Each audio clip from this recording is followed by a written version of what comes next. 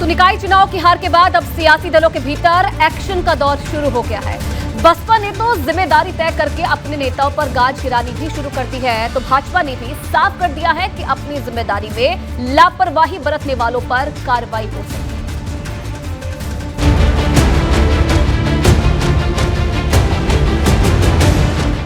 निकाय चुनाव के नतीजे आए और यूपी के क्षेत्रीय दलों में बगावत का तूफान एक बार फिर खड़ा हो गया।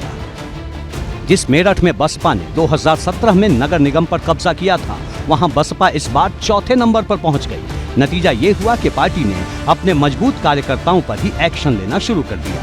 18 मई को होने वाली बैठक से पहले मायावती ने एक बड़ा संदेश दिया है। दरअसल बसपा ने पूर्व मंत्री और मेरठ मंडल के प्रभारी रहे प्रशांत गौतम को पार्टी से निष्कासित कर दिया है। प्रशांत गौतम को पार्टी विरोधी गतिविधियों और अनुशासनहीनता का दोषी माना गया है।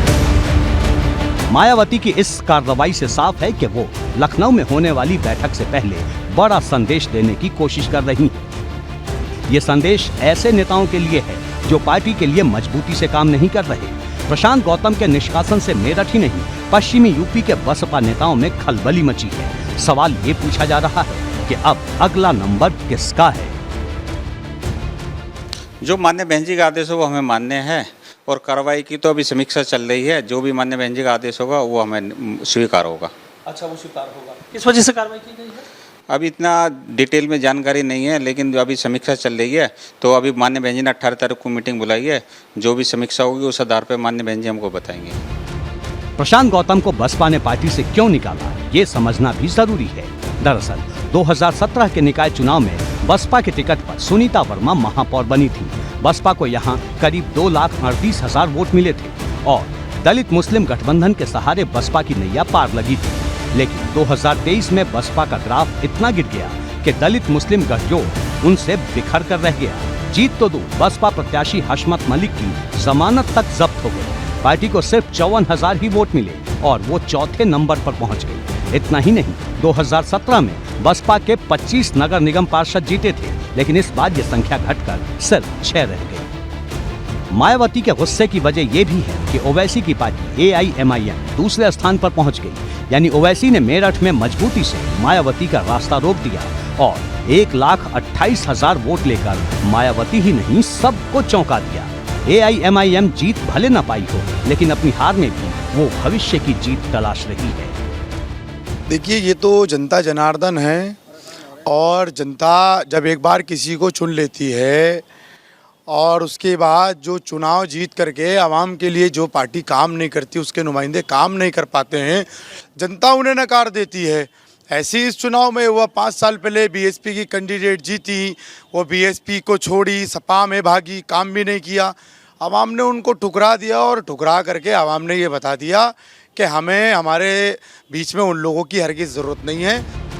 एक पहलू ये भी है कि जिस प्रशांत गौतम को बसपा ने पार्टी से निष्कासित किया है, उन्होंने एक दिन पहले ही अपना इस्तीफा मायावती को भेज दिया था। प्रशांत गौतम ने पार्टी के पदाधिकारियों की कार्यशैली और मायावती के प्रचार न करने और रैली न करने पर सवाल उठाए थे। बसपा की इस हार पर भाजपा बहुत खुश है। आदरणीय योगी आदित्यनाथ जी का परचम लहराया है स्थानीय निकाय के चुनाव में, और हम सब पर अगर किसी का स्नेह और कृपा है वो आदरणीय नरेंद्र मोदी जी की। बार बार ये आग्रह किया जा रहा था जनता जनार्दन से कि स्थानीय निकाय में भी आप यदि तीसरा इंजन जोड़ दोगे, यानी भारतीय जनता पार्टी के बोर्ड बन जाएंगे, तो निश्चित तौर पर विकास के नए आयाम स्थापित होंगे। जनता ने हमारी उस अपील को स्वीकार किया और स्वीकार करने के बाद कमल के फूल को अपना आशीर्वाद प्रदान किया, अपना स्नेह प्रदान किया। अब ये सवाल जरूर सियासी गलियारों में उठ रहा है कि जब CM योगी और पूर्व CM अखिलेश यादव निकाय चुनाव में सियासी मैदान में उतरे, तो भला मायावती ने दूरी क्यों बना रखी थी?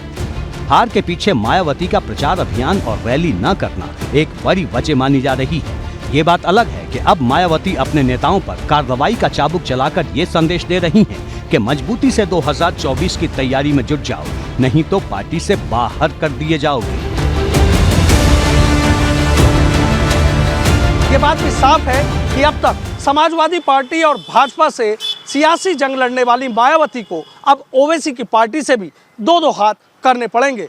ये बात भी साफ है कि मेरठ में बसपा को पछाड़कर AIMIM बीजेपी के बाद दूसरे नंबर की पार्टी बनकर उभरी है और बीएसपी के लिए ये अच्छा संकेत नहीं है।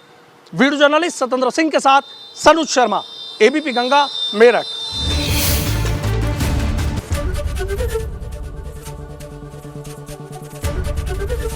ABP गंगा, खबर आपकी, जुबान आपकी।